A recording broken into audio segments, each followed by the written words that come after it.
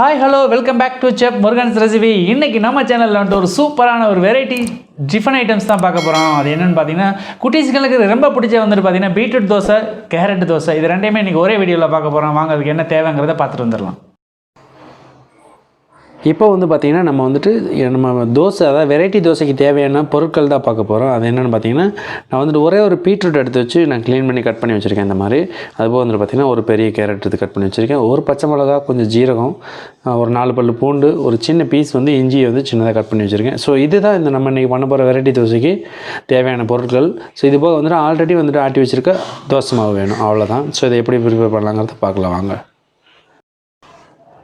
இப்போ கட் பண்ணி வச்சுருக்க கேரட் எல்லாமே இதில் ஆட் பண்ணிக்குவோம். கேரட் எடுத்துகிட்டு அது கூட வந்து பார்த்திங்கன்னா நம்ம ஆல்ரெடி எடுத்து வச்சுருக்க பாதி பச்சை மிளகா,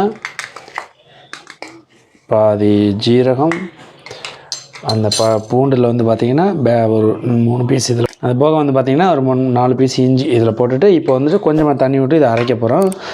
அரைச்சிட்டு கொண்டு வந்து காட்டுறேன் உங்கள்கிட்ட. ஸோ இந்த அளவுக்கு வந்து பார்த்திங்கன்னா சூப்பராக இப்படி அரைச்சி எடுத்துக்கலாம். நான் தண்ணி லைட்டாக தெளித்தேன், அது கூட வந்து நம்ம தெளிச்சேன்னு கூட சொல்ல முடியும், ஏன்னா அதில் கேரட்டில் இருக்க தண்ணியை வந்து நமக்கு போதுமானதாக இருக்கும்.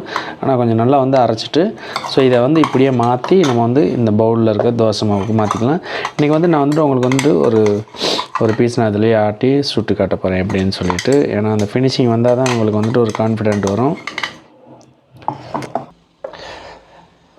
இப்போ இந்த பதத்துக்கு வந்து நம்ம அரைச்சி எல்லாம் மிக்ஸ் பண்ணி எடுத்து வச்சுருக்கோம். இதே மாதிரி நம்ம பீட்ரூட்டும் இன்னொரு பவுலில் தோசைக்கு எடுத்து வச்சுருக்கோம். இப்போ உங்களுக்கு நான் தோசை ஊற்றி காட்டுறேன். ஒரு கரண்டியே போதுமானது. வீட்டில் குழந்தைங்களுக்கு குட்டீஸுங்களுக்கு குட்டி குட்டி தோசையாக சூப்பராக போட்டு கொடுக்கலாம். கேரட் தோசை.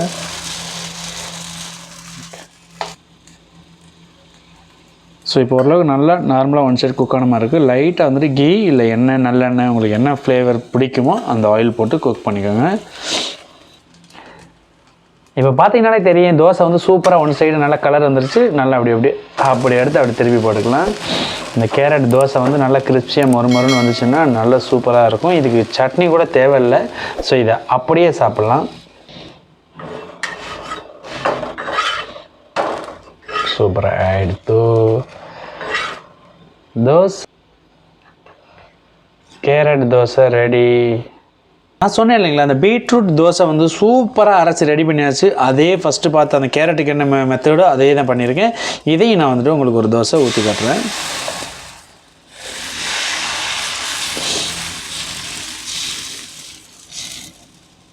ஓகே, இந்த பீட்ரூட் தோசையை பொறுத்தவரைக்கும் பார்த்திங்கன்னா நீங்கள் ஆயில் அதிகமாக போட வேண்டியதில்லை, தேவை இருக்காது. ஏன்னு கேட்டிங்கன்னா இந்த பீட்ரூட்லேயே வந்து பார்த்திங்கன்னா ஒரு ஈரப்பசை இருக்கும். ஸோ அதனால் வந்து பார்த்தா நம்ம திருப்பி ஆயில் போடாமலே வந்துட்டு பார்த்திங்கன்னா நமக்கு அந்த ஒரு ஃப்ளெக்சிபிள் இருக்கும், தோசையில் அந்த கிரிப்னஸ் இருக்காது. அதனால் ஃபுல்லாகவே ட்ரையாகவே பண்ணுறது நல்லதுன்னு நான் சொல்லுவேன். ஸோ நீங்கள் வீட்டில் ட்ரை பண்ணும்போது செக் பண்ணி பார்த்துக்கோங்க.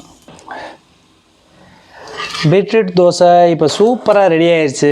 இது கூட வந்துட்டு வந்து பார்த்திங்கன்னா கார சட்னி இல்லை வந்துட்டு பொடி இல்லை எதுவுமே இல்லைனாலும் ப்ளெயினாகவே இந்த தோசை அவ்வளோ டேஸ்ட்டாக இருக்கும். ஸோ வீட்டில் ட்ரை பண்ணி பார்த்துட்டு உங்களோட ஃபீட்பேக்கை சூப்பராக சொல்லுங்கள். இப்போ வந்து தோசை ரெடி ஆயிடுச்சு. எங்கள் செல்லக்குட்டி ரொம்ப வெயிட் பண்ணிகிட்டு இருக்காரு. ஸோ அவருக்கு போய் இந்த தோசையை கொடுத்து சாப்பிட சொல்ல போகிறோம். இந்த ரெசிபி உங்களுக்கு ரொம்ப பிடிச்சிருக்குன்னு நினைக்கிறேன். ரொம்ப ஈஸியாகவும் ரொம்ப சிம்பிளாக எப்படின்னு கேட்டிங்கன்னா குழந்தைங்களுக்கு ரொம்ப விரும்பி சாப்பிட்ற மாதிரி தான் இன்றைக்கி இந்த 2 டிஃப்ரெண்ட்டான ஒரு தோசையை பார்த்தோம். ஸோ இதே மாதிரி நம்ம சேனலில் வந்து நிறையா வந்துகிட்டே இருக்குது.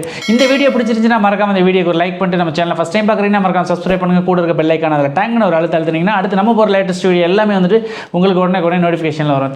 தேங்க்யூ ஃபார் வாட்சிங்.